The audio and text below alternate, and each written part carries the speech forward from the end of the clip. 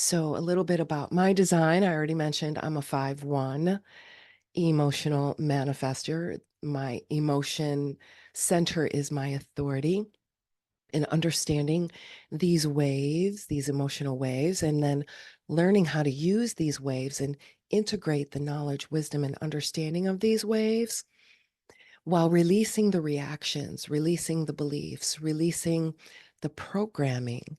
These programmings are ideas and beliefs that were handed to us. We didn't come up with them ourselves. They weren't activated within us, they were given to us. So, this is part of the deconditioning process. And so, what we do is we go through the manifestation wheel, and this is the 6 areas of manifestation. One is relationship. We start with the relationship with yourself, right?